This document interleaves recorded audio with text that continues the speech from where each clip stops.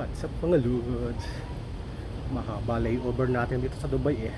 Kaya kumuha tayo ng sleeping pad. Ito paligid nyo, tignan nyo sa gilid. Ano, may nakapark na aeroplano sa labas eh no. Ito yung room ko. Ayan siya oh. Tapos siya ng higaan niya. Yung jacket to kanina, charger. Tapos itong upuan, magiging kama yan. Pindutin mo lang yun.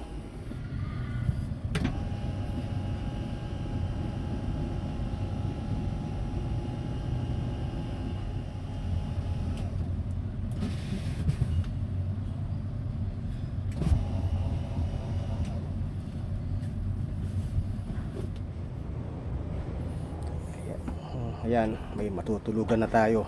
Mahaba-haba layover ko eh. Isara mo lang tong pinto, tahimik na. Ayun oh. Ayan tayo oh. Tapos ayan siya oh, sakto lang pang isang tao. Siya, matulog muna ako. Ay hilo na ako sa puyat eh. Maraming salamat sa nanood. Bye bye.